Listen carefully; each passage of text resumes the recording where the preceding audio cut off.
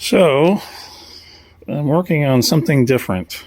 Not that I want to, but my brother decided after I just put a cylinder head on this to go fishing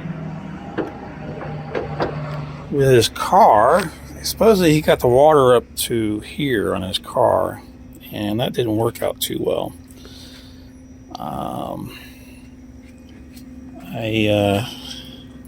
I had him check it out at first, but he's not say clueless. He just doesn't know a lot about cars.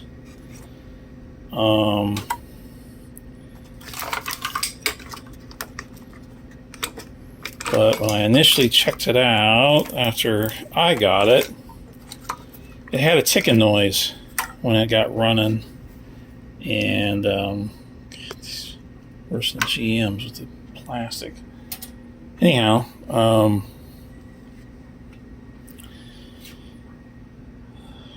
I did a compression check, and number 2 was low, and I kind of figured it after sucking water in that he probably bent a rod, which I then confirmed in the car, which was kind of a pain in the butt. But anyhow, he bent the rod enough that the bottom of the piston, let me get down here and hopefully not get coolant dripped on me. Oh, I turned it over. Let me grab a wrench. Hold on.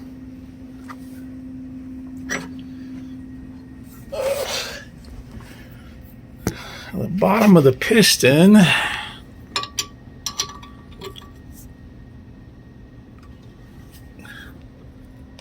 smacks the counterweight of the crankshaft. So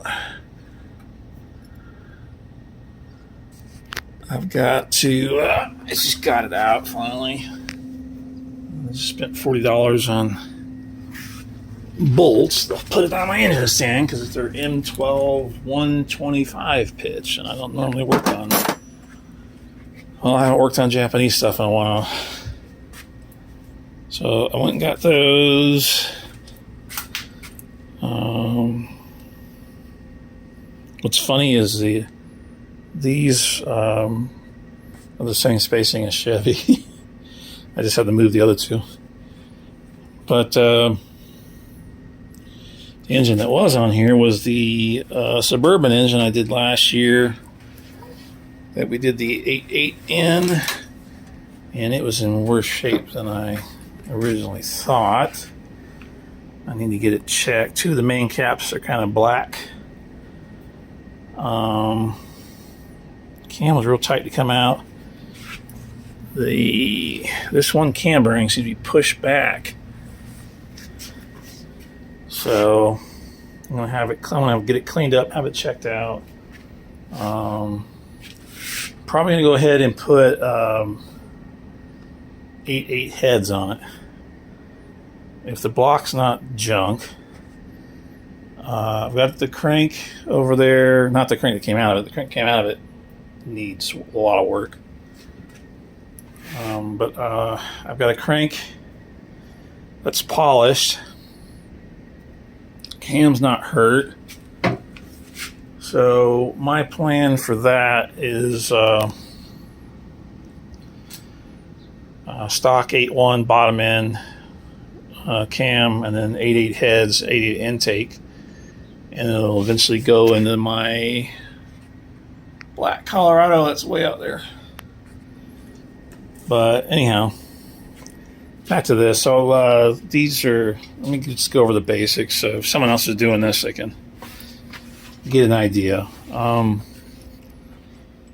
10, 12, 14, 17 millimeter crank bolts, 7/8 or 22 millimeter.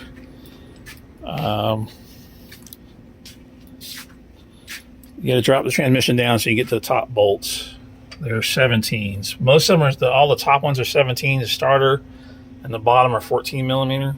The engine mounts are 17.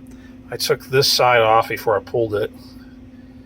You have the one fuel line. It's hanging right down there. I do that last. So when it drains the fuel, you're ready to pull it. You got to pull the wiring harness that goes on the transmission, because it's all part of the engine harness. The engine harness is wrapped around the motor and the intake. So you just leave that all together.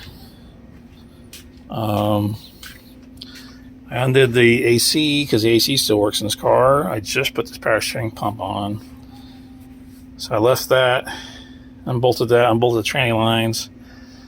Of course, both his engine mounts and his trans mount were shot. And that's the PCM. And I'm going to clean everything and pressure wash. And I'm guessing, assuming by the bolt on the stamp on the torque converter, the transmission's been replaced at some point. But I'm going to clean all this up. What I'm doing is I got to pull a timing belt. I got to pull the camshafts. I got to unbolt the intake again. Once I get the camshafts out, I can get to the head bolts. Pull the head bolts, pull the head again. And then I will video the one piston that doesn't come all the way up anymore. They're not too bad. It's tedious, and there's stuff. It's a lot of redundancy. Like, it's got 6 converter bolts. Converter I can hold in one hand. I had to because when I pulled the engine out, I guess the hub is pretty tight fit on the crank, and it came out with the engine. It's not what I was expecting, but anyhow.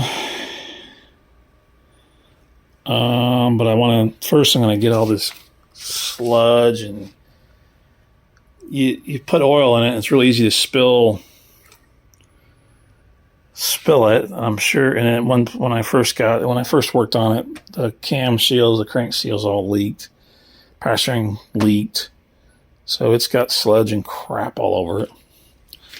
But I'm going to clean it, pull it all apart. I've got another piston rod for it. I think we found one for like $30 on eBay. Luckily, someone had taken one of these apart and decided to sell all the parts, which is a smart thing. So, check all that, clean it up again, put it back together, stick it back in, but that's what I'm working on right now. I'm just trying to save my brother some money, because I'm sure so far since he's owned it, some oil change place overfilled it with oil, then said he needed catalytic converters. When I noticed the oil in the air box and in the air tube, and it way over on the dipstick tube, I drained it down and back to where it's supposed to be, cleaned the air box up, and then drove it, and it completely stopped smoking. So I'm surprised the cats aren't nuked on this thing already, between the water and oil and everything else it's been through. It's got 200 and I don't have the battery hooked up, so I can't look. And then probably I did a timing belt at 211. I want to say it's got like 230,000 on it now. But it runs good, drives good. I mean, I wish he would clean it up, but aside from that, but I'll get this going. I'll show you some more progress. Let me go over a couple other things. I'm thinking about it. So, I don't know if I pulled it out yet or not. The head bolt. Oh, here it is. The head bolts are the star thing. Originally, I bought this to work on BMWs and Mercedes. They're the axle bolts on the BMWs.